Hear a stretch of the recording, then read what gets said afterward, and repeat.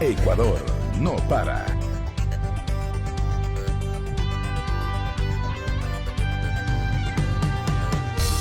Como siempre, amigas, amigos, bienvenidos una vez más a nuestro espacio Ecuador no para.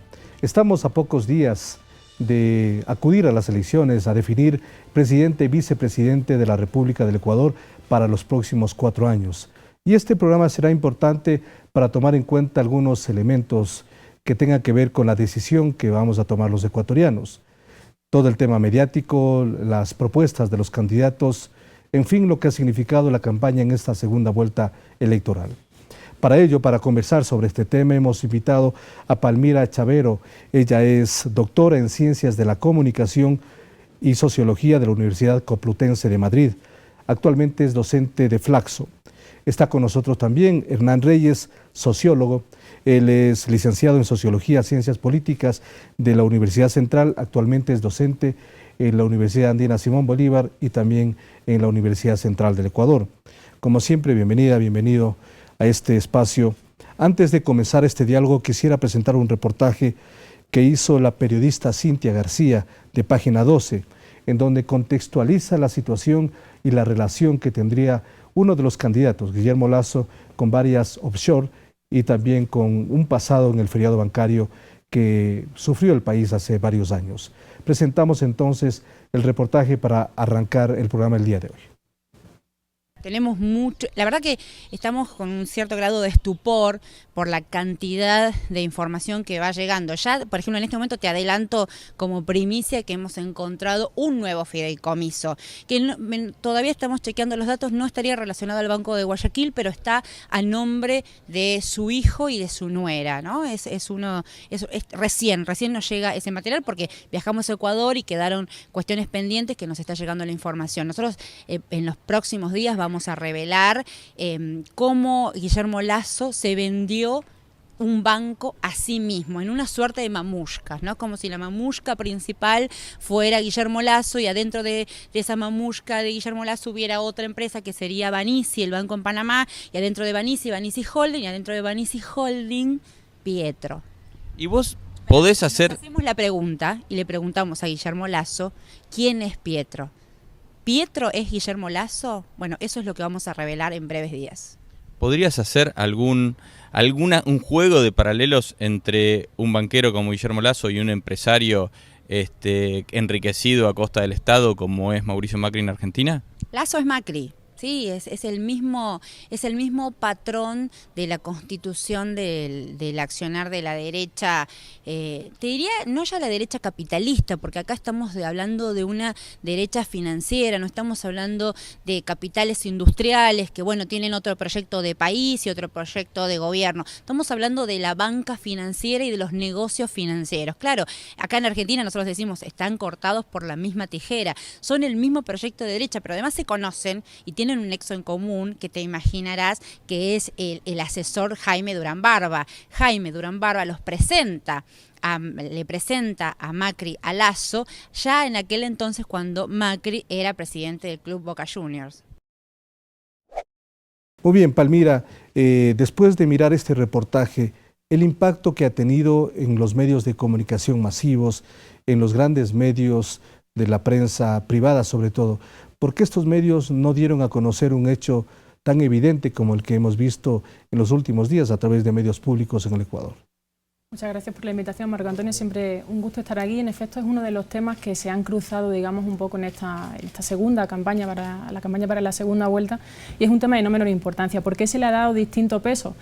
Probablemente por una de las características del propio sistema mediático ecuatoriano y mucho más en campaña electoral, ¿no? Es decir, porque al final lo que estamos viendo es que los medios de comunicación, especialmente los privados, están muy posicionados a favor o en contra de uno de los dos candidatos que están en disputa el próximo 2 de abril, ¿no? Pero más allá de eso, yo creo que sí es importante poner sobre la mesa, transparentar las informaciones y quizás una cuestión que ha faltado un poco, un tema más pedagógico, digamos, con el ciudadano, es explicar un poco qué es esto de las compañías offshore, cómo funcionan, porque digamos que es algo demasiado alejado del ciudadano, probablemente porque es una realidad en la que no está el día a día el ciudadano medio ecuatoriano, ¿no? Entonces quizás habría que haber trabajado un poco esa línea de pedagógicamente qué significa tener empresas en paraísos fiscales, qué significa para la economía nacional, qué repercusiones tiene o tendría para un servidor público, para el máximo representante de un país, que su patrimonio, una buena parte de su patrimonio, se haya hecho en ciertas condiciones poco éticas,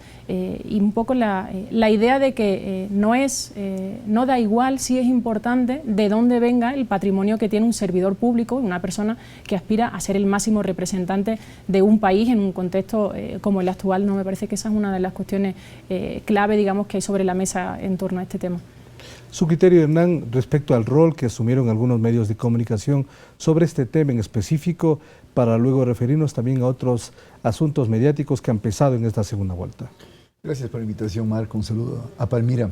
Bueno, creo que esta es una señal evidente del doble rasero con que los medios de comunicación tratan determinados temas que se han vuelto, yo diría, fundamentales quizá en la discusión política electoral.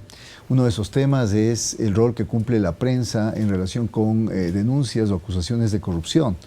Normalmente esto ha venido muy marcado por la conformación que tiene el sistema mediático, como lo dijo Palmira, que está dominado por medios privados, y desde esa óptica, desde la lógica de los medios privados, los casos de corrupción normalmente y de manera mucho anterior inclusive al proceso electoral lo adscriben fundamental y directamente al Estado, a las autoridades en funciones.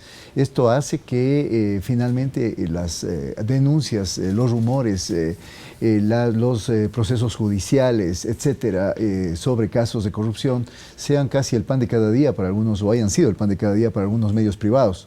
Desde hace meses esto viene aconteciendo acá en Ecuador. Sin embargo, obviamente cuando se trata de acusaciones que tienen que ver efectivamente con manejos dudosos, con manejos poco éticos y con manejos inclusive ilegales, como en el caso de estas transacciones de carácter financiero que tienen como destino a paraísos fiscales o a estos lugares offshore, como se denomina, los medios privados no hacen lo mismo que han venido haciendo de manera sistemática cuando se ha tratado de funcionarios del gobierno acusados o denunciados por actos de corrupción.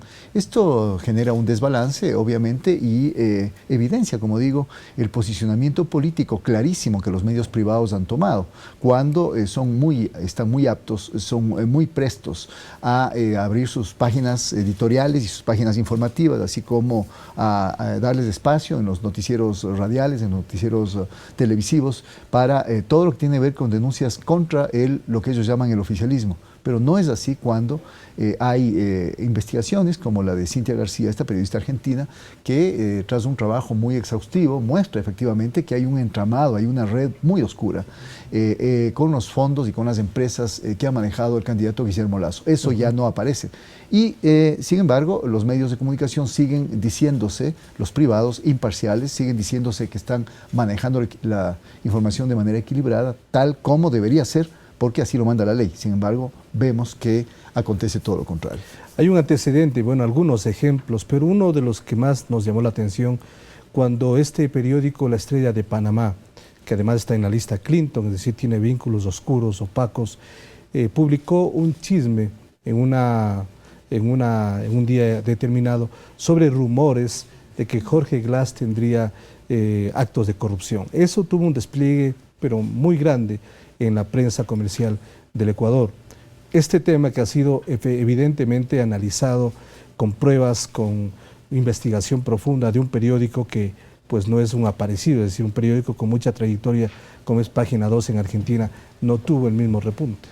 Claro, seguimos un poco profundizando en esa línea, ¿no? El posicionamiento político que ya tenían y que ahora están acentuando los medios de comunicación privados, por cuanto lo que está en juego es la continuidad con cambios, con mejoras, con matices del partido del gobierno, o el cambio definitivo, digamos, su candidato, ¿no? No olvidemos tampoco todo el debate y todas las polémicas que hubo en el debate, en la aprobación y la implementación de la Ley Orgánica de Comunicación, ¿no? Es decir, los medios de comunicación se posicionan en función de un candidato y lo asocian a ciertos temas, ¿no? Cuando fue lo de la estrella de Panamá, por ejemplo, una de las cosas características y que enlaza un poco con el tipo de campaña que estamos viviendo es que cuando se trata de acusaciones o de rumores o posibles acontecimientos que afectan al adversario opositor a los medios de comunicación privados, se le da mucho espacio, se le da mucho peso, pero cuando, por ejemplo, si se rectifica, se modifica, se reconoce que la información era falsa, a eso se le dedica mucho menos espacio, ¿no? Y eso, insisto, tiene mucho que ver con el tipo de campaña que estamos viviendo, que vivimos en la primera vuelta, que estamos viviendo en esta segunda vuelta.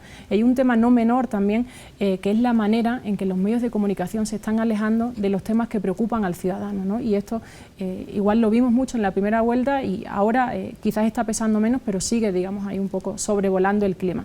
Es decir, cuando vimos la importancia que se le dio en la primera vuelta por parte de los medios de comunicación privados al tema corrupción, siempre asociado, como indicaba Hernán, al partido del gobierno, y aquí se produce ya la confusión entre gobierno, Estado y todo tipo de opciones, ¿no?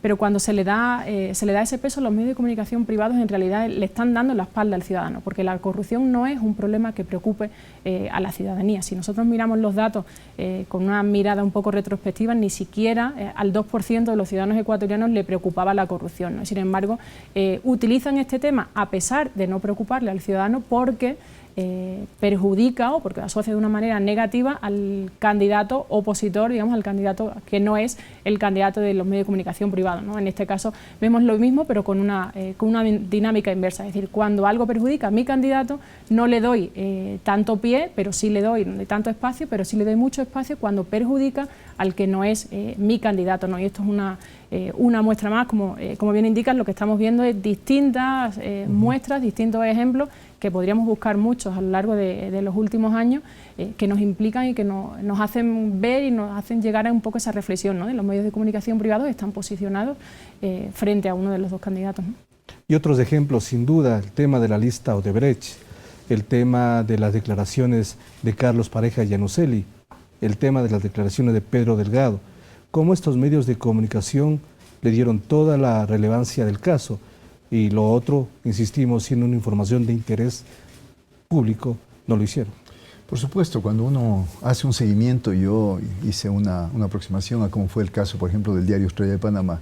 La información que sacó no fue la primera que había sacado ese diario panameño, y había informaciones anteriores, pequeños indicios, según el diario, iba soltando de a poco acusaciones veladas, a ratos más abiertas, sobre casos de corrupción en Ecuador. Luego el caso Capaya. Creo que el caso Capaya fue bastante más sintomático porque implicó dos cosas. Primero, una irresponsabilidad total en relación con el trabajo periodístico, en el sentido de que fueron en tropel una serie de periodistas ecuatorianos a Miami a entrevistar a un prófugo de la justicia. Y hubo una cosa bastante interesante, yo diría un caso digno de estudio cuando uno hace análisis mediático. Muchos periodistas, la mayor parte de los medios, que no sé si apadrinaron o no el viaje de los periodistas, terminaron no publicando las entrevistas que hicieron, curiosamente, en el mismo lugar a Carlos Pareja Yanuseli, este prófugo de la justicia ecuatoriano. Y sin embargo, de lo cual hubo periódicos que, a pesar de haber mandado a sus propios periodistas allá a entrevistarlo, no haber publicado la entrevista porque la fuente era una fuente no confiable.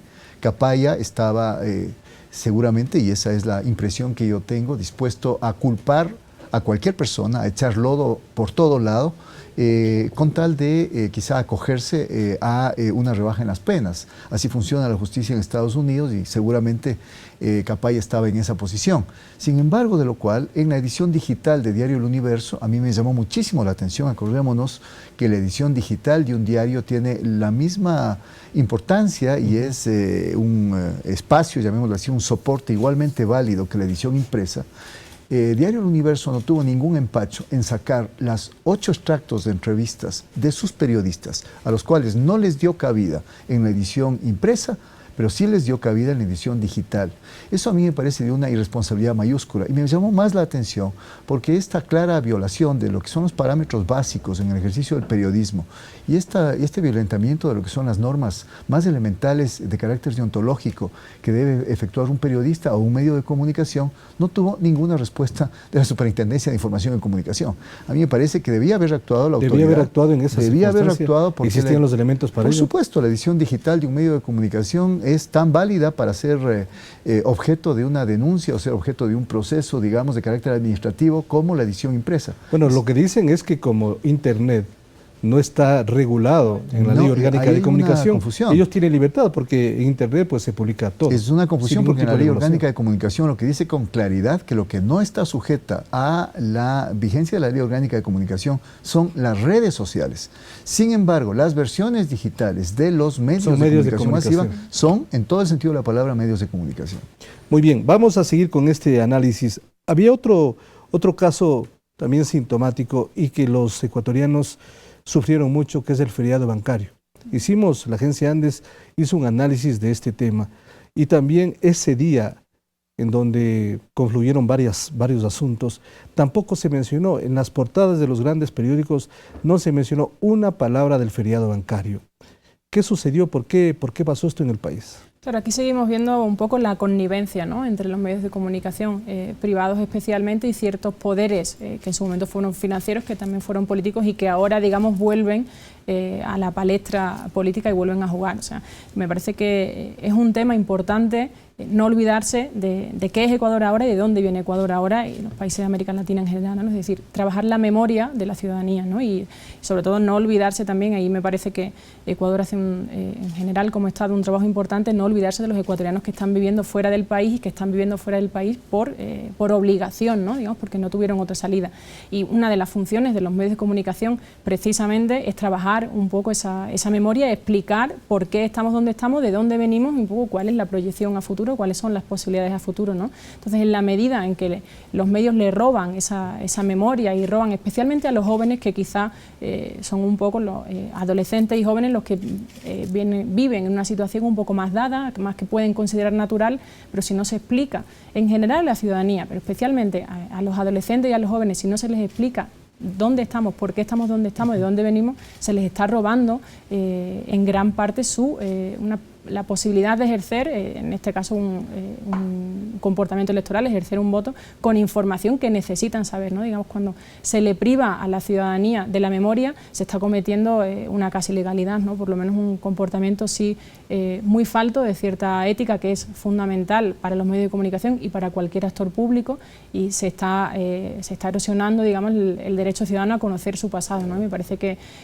se comete un grave error cuando se borra el pasado en la medida en que somos ciudadanos, porque fuimos lo que fuimos hace unos años, ¿no? Entonces, me parece que es muy importante que los medios de comunicación, como actores públicos y como uno de los actores que más influencia tienen en la ciudadanía, especialmente en ciertos temas, me parece muy grave que hagan caso omiso de la historia más reciente del país, porque se les está privando su derecho a la información al final, ¿no? Porque, insisto, hay muchos jóvenes, muchos adolescentes que no tienen por qué conocer, que no habían nacido o que están, digamos, más lejanos y que necesitan de los medios de comunicación, además del entorno familiar, de los entornos educativos, etcétera, pero necesitan de la información de los medios de comunicación para saber qué pasó, ¿no? Entonces no se les puede privar de su derecho a la memoria.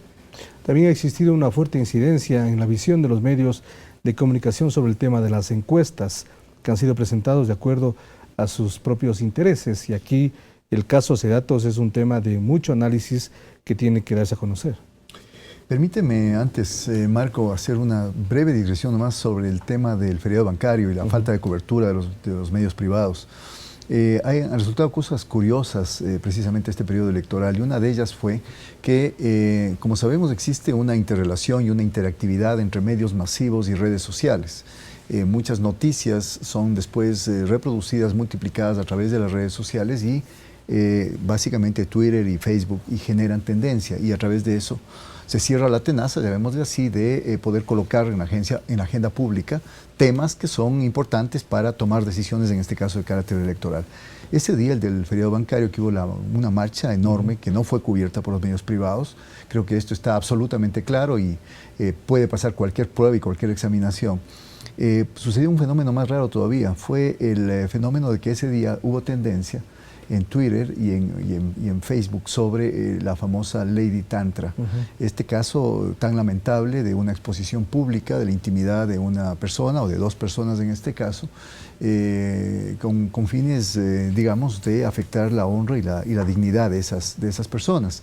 El evento, al parecer, este evento que fue suscitado en redes sociales y fue multiplicado, había sucedido al menos 2 semanas antes del día en que fue masivamente difundido por redes sociales. Y en clase, con estudiantes de comunicación en la Universidad Andina, me hacen caer en cuenta de un fenómeno interesante.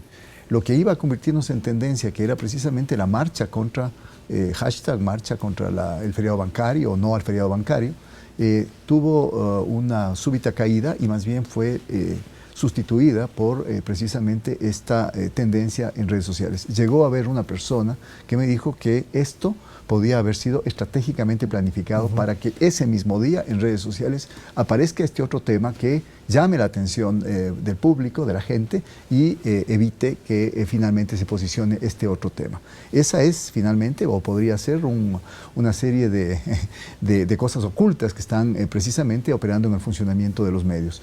Creo que en el caso de las encuestas pasa lo mismo que ya dijimos para otros temas. Las encuestas son buenas cuando están del lado de nuestro candidato y los medios de comunicación las multiplican, las difunden sin ningún problema. Las encuestas que no están a favor del candidato, en cambio, o son ocultadas o son minimizadas. A ratos en los medios de comunicación, cuando las encuestas no coinciden con las expectativas de los dueños de los medios, hay una duda o se intenta generar una duda sobre la credibilidad y la idoneidad de las empresas encuestadoras. Cuando las encuestas, en cambio, quizá de carácter mayoritario, están apuntando a una tendencia que sí conviene a los medios de comunicación, en cambio, aparecen como instrumentos técnicos que son aplicables en todos los países del mundo. El caso Sedato es un caso bastante complicado. Tengo entendido que hay acusaciones graves de que hay cambios, más allá de que las empresas encuestadoras sean contratadas por determinadas personas, que hay manipulaciones de las encuestas antes de difundirlas.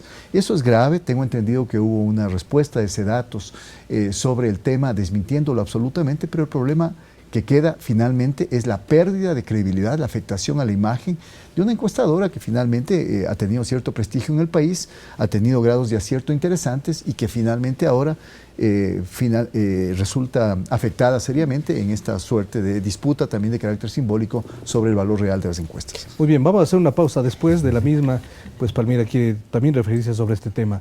Enseguida regresamos con ustedes, esto es Ecuador no para. Ya volvemos con Ecuador no para.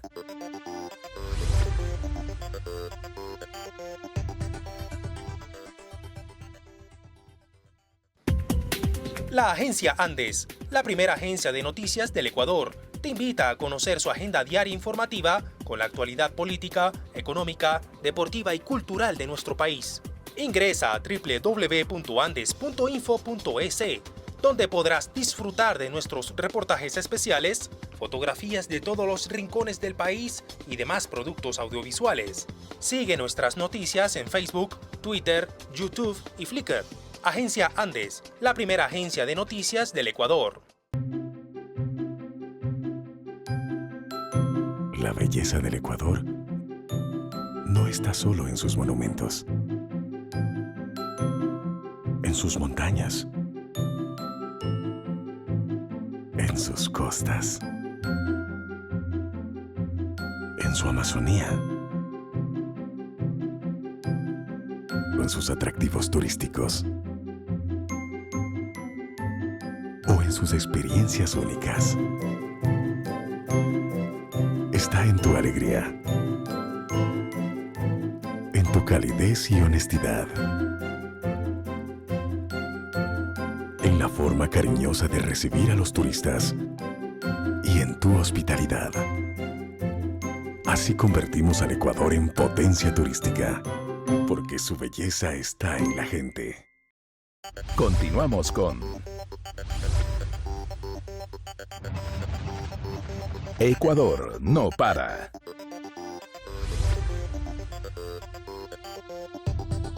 Continuamos, estamos en este análisis previo a las elecciones. Reiteramos, el domingo ya los ecuatorianos acudiremos a las urnas para definir quién será presidente, vicepresidente para los próximos 4 años, que tomará posesión el próximo 24 de mayo de este 2017.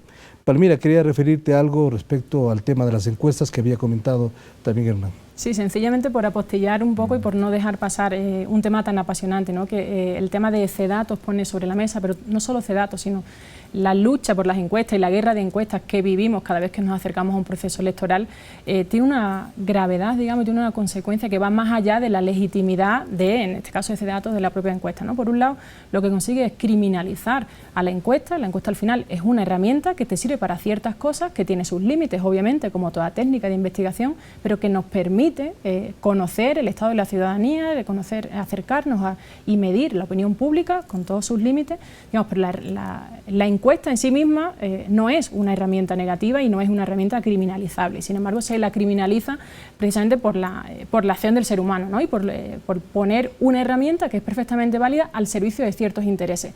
Y lo que me parece más grave en toda esta guerra de encuestas y esta deslegitimación que se hace de las encuestas por posibles manipulaciones, habrá que ver si las hay o no y habrá que actuar en consecuencia, pero lo que me parece más grave ya es en términos, digamos, democráticos y en términos de la salud de la opinión pública, porque al final se está expulsando al ciudadano, no solo se le está robando su derecho a conocer cuál es la situación más allá de su círculo más cercano, ¿no? Conocer un poco la opinión pública a nivel ecuatoriano y a nivel latinoamericano. Se le está quitando por un lado su derecho a conocer eso y se le está expulsando de la esfera pública en cierta medida, es decir, al final todo esto lo que genera y a lo que contribuye es primero a la polarización y en última instancia a lo que contribuye es a lo que conocemos como cinismo político, ¿no? Es decir, el ciudadano acaba desconfiando no solo de los líderes políticos, no solo de los partidos políticos, de los medios de comunicación, de todas las instituciones y de todos los actores sobre los que ya tiene unos altos índices de desconfianza, sino que además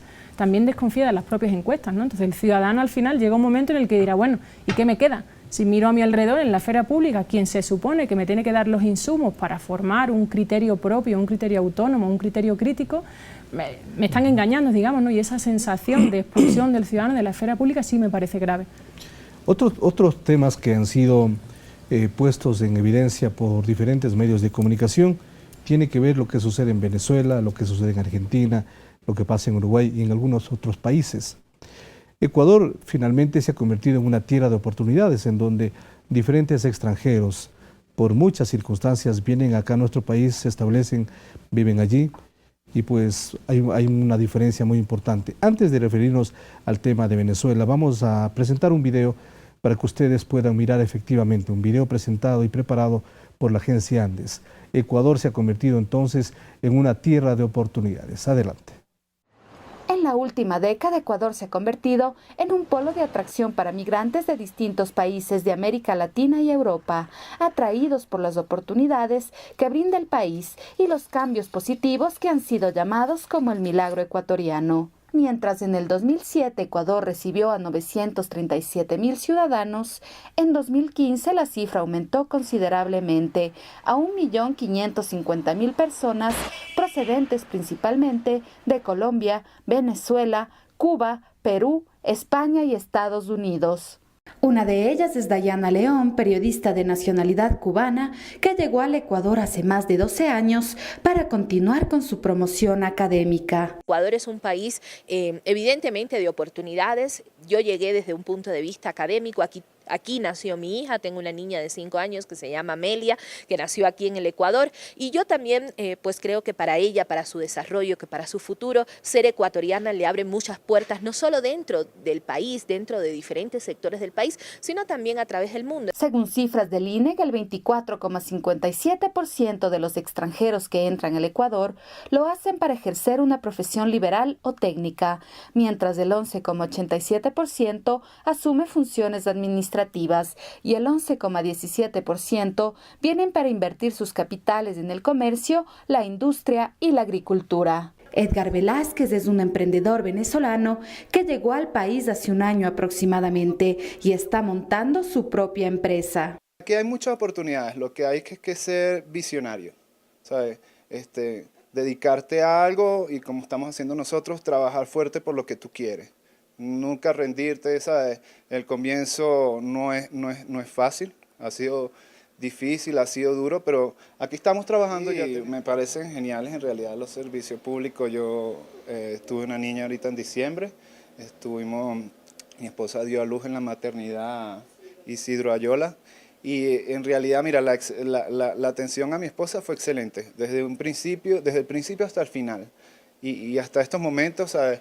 Los chequeos y todo, a mí me parece lo que es esa parte de la medicina acá, algo envidiable, porque es muy bueno el servicio. Entre las ventajas que miran los extranjeros en el Ecuador es la estabilidad política y el registro de un crecimiento anual del PIB de 1,5% a pesar de la fuerte crisis económica internacional. En la esfera, Hernán, en todo lo que ha significado este contexto, el tema de Venezuela fue muy, pero muy comentado. Los grandes medios pusieron en evidencia lo que podría suceder en el Ecuador en caso de que gane la tendencia de Lenín Moreno, por ejemplo. Nos convertiríamos en la Venezuela, o Lenín Moreno es Nicolás Maduro, como lo había dicho el mismo candidato Guillermo Lasso. Por supuesto, Marco, creo que toda lucha electoral implica dos posibilidades a nivel discursivo. Una es argumentar y otra es lanzar falacias. En el caso de la comparación, de ciertas comparaciones que se hace alrededor de modelos puestos en aplicación en diferentes países, acordémonos que este intento por negativizar la venezuelización del Ecuador, por utilizarlo en términos negativos, una comparación absolutamente indebida además entre Ecuador y Venezuela, porque Ecuador y Venezuela, si nosotros intentamos encontrar las similitudes que hay entre los dos países, sí, los dos países tienen una línea discursiva de soberanía nacional, por ejemplo, los dos países generan espacios de integración regional o han apoyado espacios de integración regional, pero más allá de eso, en términos económicos, en términos de política social, habría quizá algunas otras similitudes, las misiones en Venezuela con bonos de desarrollo social en Ecuador. Pero en términos ya de la estructura económica del país, en términos culturales, etcétera, Ecuador y Venezuela están bastante lejos. Sin embargo, cuando uno se pregunta por qué una determinada fuerza política, un determinado candidato intenta posicionar, valiéndose de medios de comunicación y de redes sociales en este caso, la idea de que Ecuador puede llegar a ser como Venezuela, es simplemente una analogía, es tratar de dar un ejemplo comparativo, no al lugar. Sin embargo, cuando se trata de hacer lo mismo en cuanto a la aplicación de un modelo, en este caso el modelo neoliberal en Argentina, los medios de comunicación vuelven a cerrar sus compuertas y se niegan rotunda y absolutamente a siquiera mencionar el tema. Desde ese punto de vista, yo creo que es importante también el comprender que ahora en esta campaña electoral se ha echado mano de todo.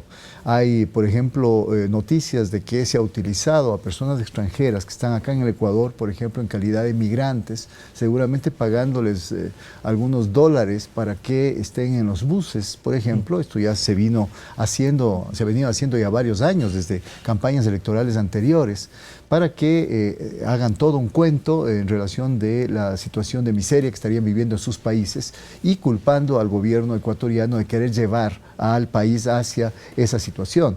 Hay canciones que alguien tiene que haberlas producido, alguien tiene que haberlas escrito, hay canciones, hay rap, reggaetones cantados por extranjeros en los buses, por ejemplo, acá en la ciudad de Quito, donde se habla de la situación de miseria en Venezuela, etcétera. Es decir, hay un plan absolutamente bien diseñado, hay una estrategia clara para poder convencer a los ecuatorianos y martillar con la idea de que así como en tiempos pretéritos el cuco de la política era el comunismo y era Cuba, que el Ecuador iba a ser como Cuba, y acuérdense que inclusive se defenestró presidentes acusándolos de que iban a cubanizar el Ecuador. Ahora en cambio la moda es hacerlo como si fuéramos a llegar a estar Venezuela en un estado de postración. Creo que son parte de la campaña sucia, creo que es parte de la campaña indebida que estamos viviendo los ecuatorianos, y más bien cuando se intenta racionalizar y hacer comparaciones con lo que está viviendo Argentina también, con la aplicación del plan de privatización, que es una realidad, los medios de comunicación en cambio hacen oídos sordos a este tema. Es bastante curioso y revela una vez más el posicionamiento político de los medios privados. Palmira, en este mismo contexto, ¿cuánto puede pesar esto en el ciudadano común? cuánto puede afectar justamente la toma de decisión que pueda tomar en un momento determinado. Es difícil hacer estimaciones, digamos, numéricas del impacto real que tiene, más allá de hacerlo a posteriori, ¿no? Solo una vez celebradas las elecciones el 2 de abril podremos cuantificar, digamos, cuál es el peso, pero sin duda a nivel de toma de decisiones, a nivel discursivo y de hilo argumental sí que es uno de los elementos que el ciudadano recibe, obviamente, para tomar su propia decisión y en torno a los cuales racionaliza o no, que es uno de los elementos que estamos viendo que falta precisamente en este tipo de campañas. Se evita, se expulsa los argumentos racionales y se van un poco a lo emocional, a lo reduccionista. A mí me parece que este ejemplo que estamos poniendo ahora sobre la mesa y que estamos analizando es lo que mejor ilustra la confluencia de un par de factores en los medios de comunicación. Por un lado, el posicionamiento político que están teniendo y por otro lado, los propios, lo que llamamos factores de noticia de los medios de comunicación. Es decir, la dinámica periodística, la dinámica del día a día y la dinámica de noticiabilidad, ¿no? Es decir, por un lado tenemos el posicionamiento político en lo que decíamos, ¿no? En la línea de la negativización de la comunicación, que ya desde los años 70 ya se viene trabajando y se viene aportando evidencia empírica. Y el caso de Venezuela es curioso porque prácticamente se utiliza en todos los países. Yo recuerdo en la campaña electoral en España igual se utilizaban. Los medios de comunicación criminalizaban o trataban de criminalizar a los partidos de izquierda diciendo que España se iba a convertir en Venezuela de manera igual automática, ¿no? Aquí vemos lo mismo, Ecuador se va a convertir en Venezuela de manera automática si gana la opción de Lenín Moreno, con lo cual se está faltando al respeto al propio proceso histórico de Ecuador. Es decir, hay que reconocer que cada uno de los países, cada país tiene su propio proceso histórico, tiene sus condiciones, tiene su funcionamiento, tiene su tipo de liderazgo de gobierno, de oposición, o sea, son, digamos, condiciones y elementos muy individuales y muy propios de cada uno de los países que no se pueden pasar por alto y que hay que poner sobre la mesa, ¿no? Entonces, por un lado, el posicionamiento político y por otro lado tenemos, como digo, un poco los factores de noticiabilidad, ¿no? Es decir, esa tendencia a reducir, esa tendencia a evitar el debate, esa tendencia a negativizar y a criminalizar, forman parte cada vez más del espectro mediático y de las formas de comunicar de los medios de comunicación masivos, ¿no? No podemos dejar de decir que eso obviamente se convierte en elementos que el ciudadano debería manejar o que está manejando en estos días de campaña electoral y en las jornadas de reflexión que vamos a tener ya mismo y que se van a convertir en uno de los elementos, ¿no? Tampoco se puede olvidar el tema de internacionalización, es decir, no se trata... Creo que hay que evitar un poco los extremos, ¿no? No se trata de decir Ecuador mañana va a ser Venezuela o va a ser Argentina, porque cada país tiene su propio proceso histórico, pero eso no significa cerrar los ojos al contexto internacional y ver un poco qué está pasando en aquellos países que han adoptado o que están adoptando medidas similares a las que propone uno o dos de los candidatos, ¿no? Es decir, hay que trabajar no las comparaciones, pero sí la contextualización internacional de cada una de las propuestas de manera racional. Es decir, hay que bajar un poco el tono afectivo, el tono emocional, el tono criminalizador que estamos viendo en los medios para pasar un poco al trabajo racional y al trabajo de análisis, ¿no? Sería bueno invitarle al ciudadano a que revise los programas electorales y a que lo analice un poco en esa línea, ¿no? De qué significa, qué consecuencias va a tener para el país y para la región la aplicación de las medidas que propone cada uno de los dos candidatos y qué consecuencias, qué impacto está teniendo en el modelo país ese tipo de medidas que hemos visto, tenemos muchos países, digamos, en los que nos podemos mirar para analizar, pero para analizar y trabajar de una manera racional y de una manera argumentativa, ¿no? En la medida en que los medios, en lugar de eso, polaricen y trabajen un poco en la simplificación, en la reducción y en los automatismos, volvemos otra vez a darle la espalda al ciudadano, ¿no? Y a expulsarlo un poco, a quitarle su derecho a la información y a expulsarlo de la posibilidad de crear una esfera pública crítica autónoma y de que el ciudadano tome sus propias decisiones con fundamento, con racionalidad y con argumentación crítica. Otro hecho curioso que se ha presentado especialmente en esta segunda vuelta electoral, y Hernán como experto en el análisis mediático, ¿qué habría sucedido, por ejemplo, sin la existencia de medios públicos en el Ecuador? Medios públicos que en estas circunstancias sí han permitido recordar la historia en el país, en el tema del feriado bancario, revelar las inconsistencias que tiene el candidato Lasso con el tema de offshore y su propia fortuna. Es decir, elementos que la prensa privada lo esconde de manera incomprensible. Bueno, hay dos falacias que se han esgrimido sobre los medios públicos desde los medios privados y desde sectores políticos interesados desde su propia constitución, es decir, inclusive desde antes de la aprobación de la Ley Orgánica de Comunicación. Cuando se creó Ecuador TV ya se decía aquello de que los medios públicos eran medios al servicio del poder político, y desde esta mirada que algunos medios privados tienen de que ellos no sirven a ningún poder, de que son absolutamente independientes, ya ponían en duda, en tela de juicio, digamos, su idoneidad. Sin embargo, creo que hay dos elementos importantes. Primero, se ha regado la falacia de que hay un monopolio al servicio del poder político en el Ecuador, un monopolio mediático. Aquello es enteramente falso cuando uno mira, por ejemplo, la distribución de las frecuencias entre públicos, privados y comunitarios. En este momento hablamos de más del 80% todavía en manos de medios privados. De esos medios privados descuenten los medios que están con carácter incautado, medios radiales, medios impresos y medios televisivos, y nos quedamos con que aproximadamente, yo diría, un 75% o algo menos de medios son privados, que no tienen ninguna relación ni de carácter administrativo ni de carácter político con el gobierno. Todo lo contrario, son medios que están ubicados en la gran mayoría de los casos en la oposición al gobierno. Y la segunda cosa, yo creo que en el Ecuador la aparición de medios públicos fundamentalmente, y creo que también la existencia de los medios incautados, trato de ser realista un poco en el análisis, lo que ha hecho es contrabalancear y contrapesar ese sesgo y ese ladeamiento que han tenido a nivel informativo y a nivel de opinión los medios privados. A mí me parece que el ciudadano puede ya tener al menos dos visiones diferentes, a veces dos visiones contrarias, dos visiones contrastadas sobre el mismo hecho. Yo creo que el ciudadano tiene al mismo tiempo más elemento de juicio para poder juzgar, para poder analizar, para poder tomar una decisión, que si no existieran los medios públicos. Hasta antes de la existencia de los medios públicos en el Ecuador, este era el país donde reinaban los medios privados y donde su palabra era ley y donde su palabra era la verdad intocada e intocable. Ahora, con los medios públicos, hay un contrabalance al menos.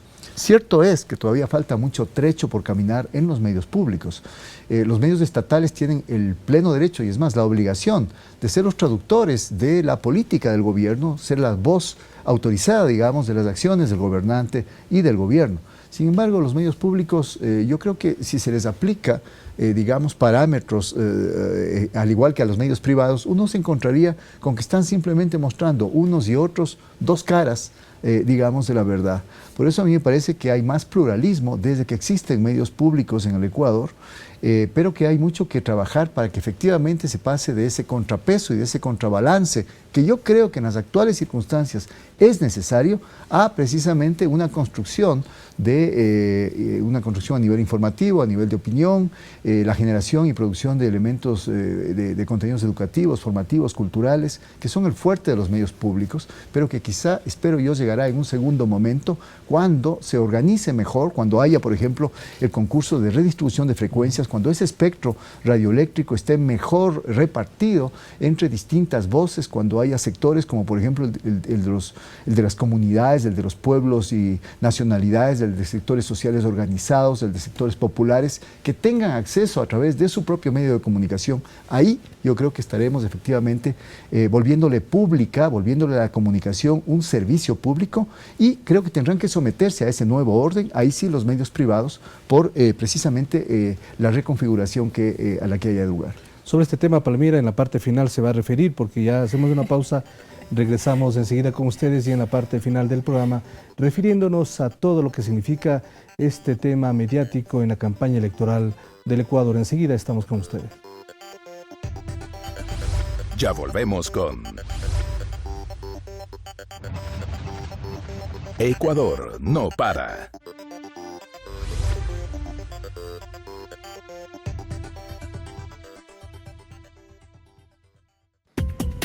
La agencia Andes, la primera agencia de noticias del Ecuador, te invita a conocer su agenda diaria informativa con la actualidad política, económica, deportiva y cultural de nuestro país.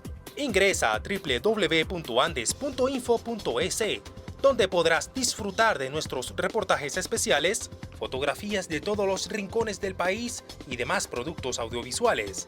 Sigue nuestras noticias en Facebook, Twitter, YouTube y Flickr. Agencia Andes, la primera agencia de noticias del Ecuador.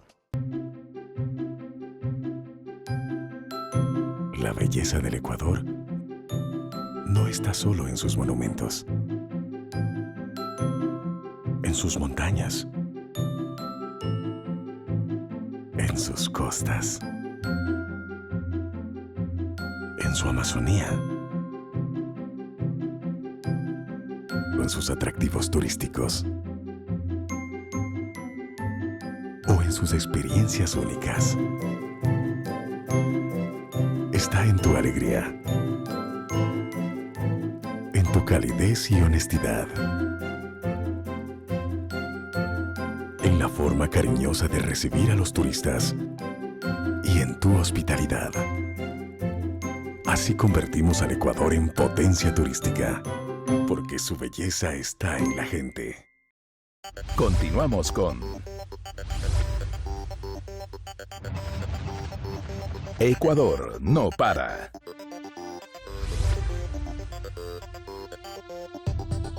Continuamos, Ecuador no para, está analizando la situación mediática en el contexto de la segunda vuelta de la campaña electoral. Y Palmira, nos habíamos referido sobre esta circunstancia, que quisiera también tu punto de vista.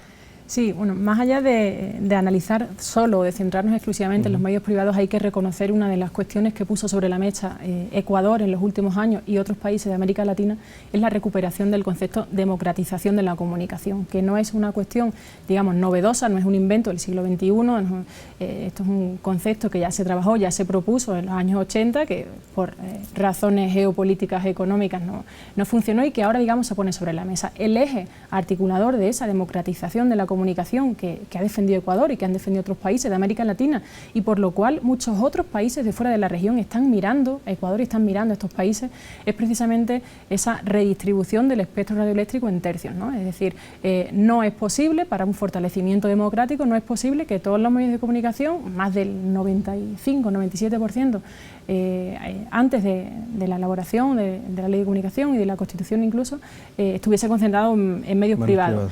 Pero no es una cuestión baladí, o sea, esto responde a que los medios privados son, por un lado, empresas, es decir, están primando el criterio económico. Eso hace que muchas informaciones, muchos temas, muchos enfoques, muchas perspectivas se oculten, se invisibilicen, no se trabajen de la manera periodísticamente correcta, digamos, entre comillas. Por un lado son empresas y por otro lado tienen un posicionamiento político, ¿no? Entonces, esa es una combinación demasiado peligrosa para la democracia y para la construcción de una opinión pública fuerte y crítica, como para mantenerla, ¿no? Entonces, digamos, el eje articulador de esa democratización es esa redistribución por tercios. ¿Qué significa?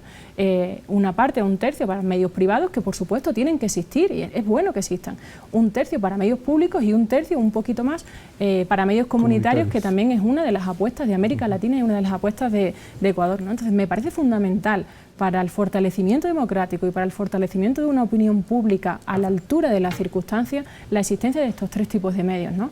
Y es verdad que los medios públicos no solo tienen ciertos derechos, sino que tienen más obligaciones precisamente por su carácter público, ¿no?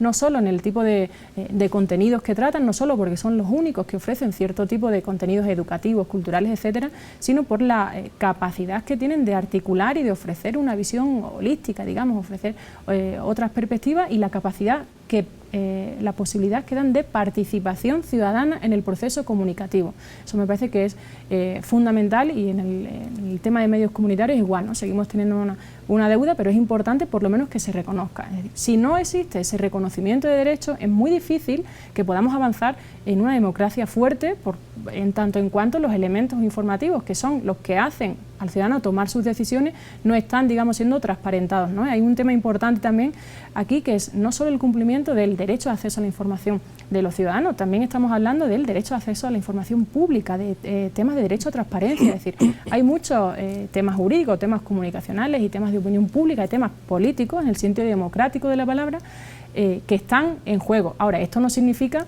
que en 10 años se haya conseguido ni se pueda conseguir la reversión de todo un sistema, ni que las cosas funcionen bien. América Latina, igual que otras muchas regiones, tiene una tradición de medios públicos que, digamos, están en parte gubernamentalizados. Es la tradición de las últimas décadas en muchas partes, o sea, en América Latina y en muchas otras partes. ¿Esto qué nos dice? Hay que seguir trabajando, hay que mejorar muchas cosas, hay que cambiar otras, hay que trabajar en la combinación y en la mejora de muchos elementos, pero si eliminamos la existencia de los medios públicos y de los medios comunitarios, si eliminamos el reconocimiento jurídico de esos medios, tanto públicos como privados, como comunitarios, estamos dejando en manos de los privados, que recordemos son empresas fundamentalmente y tienen un posicionamiento político, estamos dejando en manos de empresarios barra políticos la configuración de la opinión pública, ¿no? Y eso en términos democráticos, en términos públicos, digamos que es muy grave, pero es cierto, lo que dice Hernán no deja de ser curioso cómo se ha instalado no solo el tema del monopolio, a pesar de que los datos te dicen que no es así, del monopolio de los medios públicos,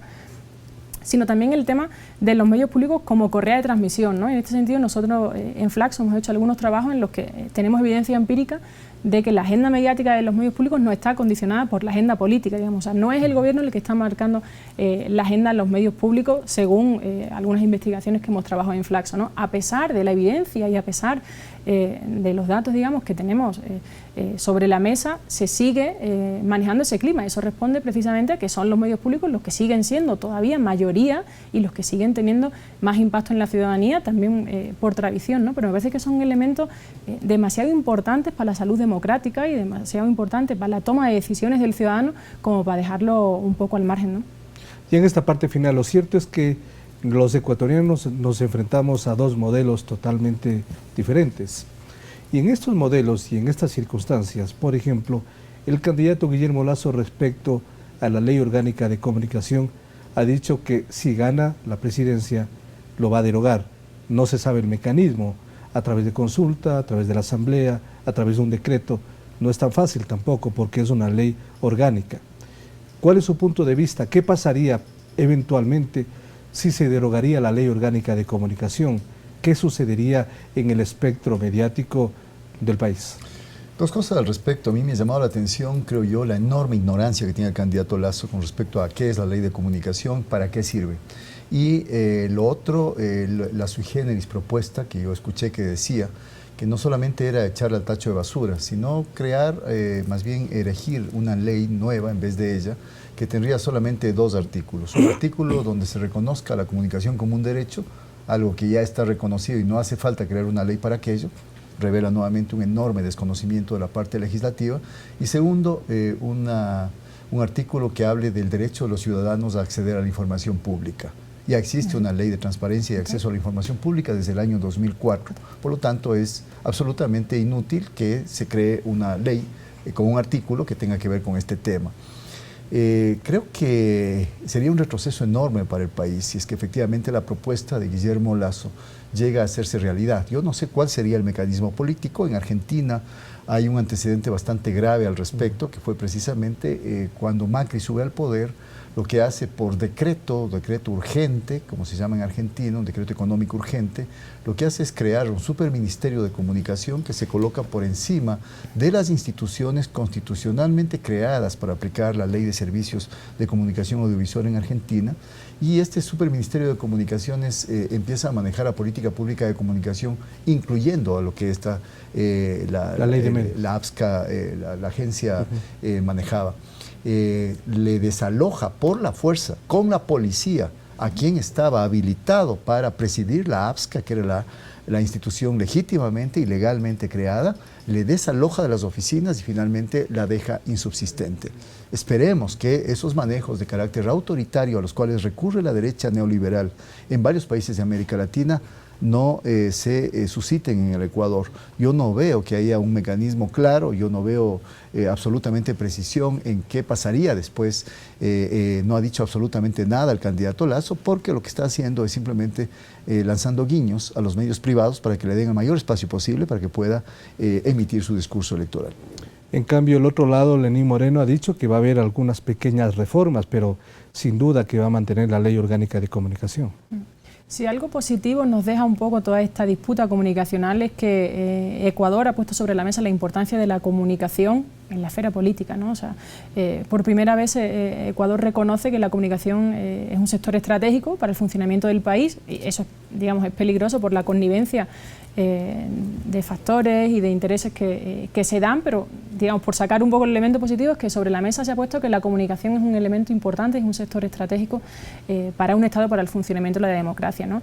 Pero seguimos todavía un poco sin saber qué va a pasar, ¿no? Y, en efecto, por los dos lados. Yo creo que esto responde un poco también el posicionamiento a a la puesta sobre la mesa de la comunicación como bandera de disputa en todos estos años que hemos pasado, ¿no?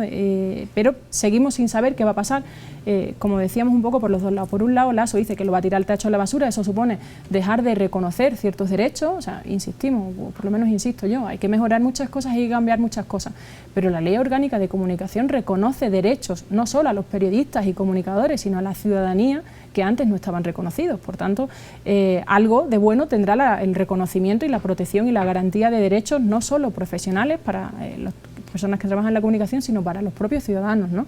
Me parece que eso es un avance al que no se puede dar la espalda y mirar para otro lado. Me parece también que hay no solo el desconocimiento de las posibilidades legislativas, que habría que ver los mecanismos que se generan, sino también esa incertidumbre se refleja en la medida en que el otro día, por ejemplo, escuchamos al candidato a vicepresidente, Andrés Páez, decir que no, que la ley de comunicación no se iba a derogar, que lo que iba a hacer era crear como tres partes, crear como subpartes, ¿no? Entonces, ¿en qué quedamos? ¿Se va a tirar al tacho de la basura? Es decir, ¿se va a dejar de reconocer todo lo que se ha avanzado y se va a negar la posibilidad a seguir mejorando, cambiar, avanzar, profundizar en lo que haga falta? ¿O se van a crear distintas leyes? Otra cuestión que queda también un poco sobre la mesa en el caso, incertidumbre, digamos, en el caso de que se derogase la ley de comunicación, es qué va a pasar con todos los trabajadores que actualmente están en los actores, digamos, creados en los escenarios que se han creado por la ley de comunicación y por otros reglamentos.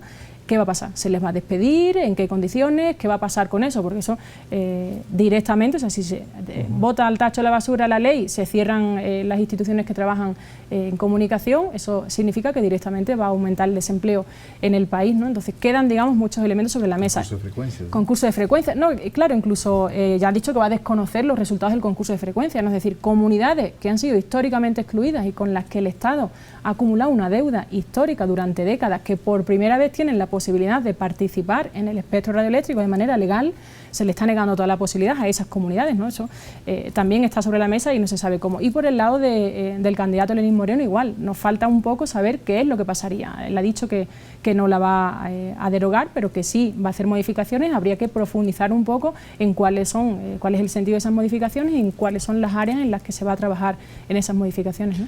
Palmira y Hernán, muchas gracias por acompañarnos en esta oportunidad en el programa y a ustedes también, como siempre, gracias por su atención.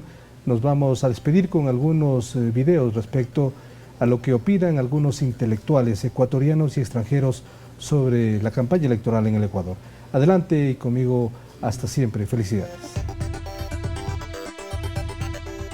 Queridos hermanos ecuatorianos, queridos amigos de toda una vida, de muchísimos momentos juntos, ustedes saben y sienten de todo el tiempo que amo el Ecuador, que amo su gente y que les deseo lo mejor.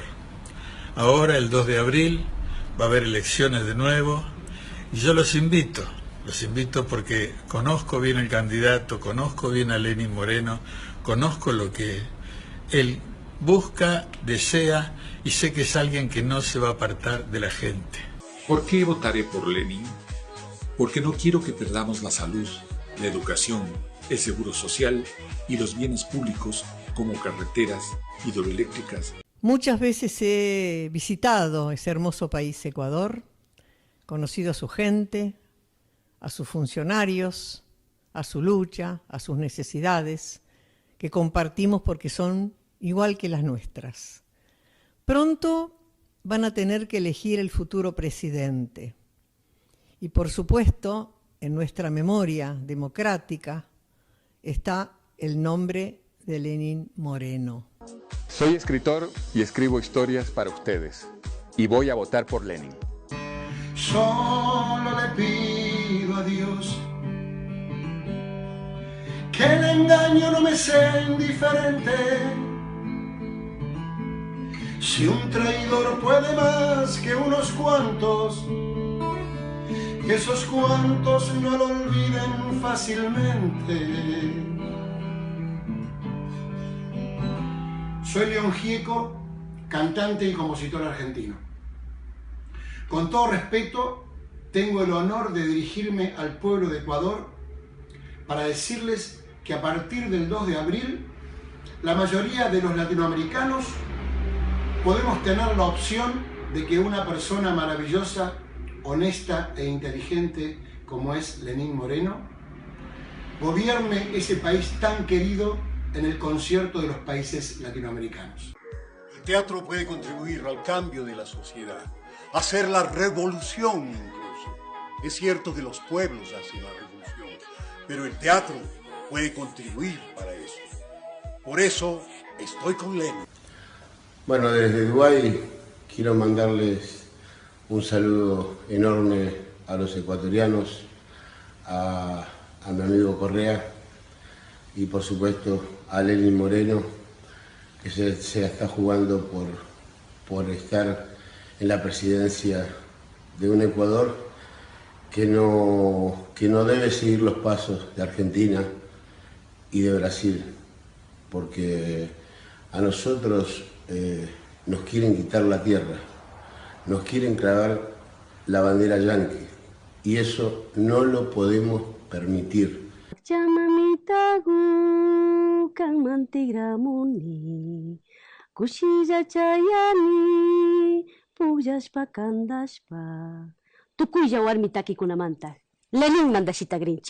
Somos una familia intercultural de artistas. Nuestro voto será por Lenin.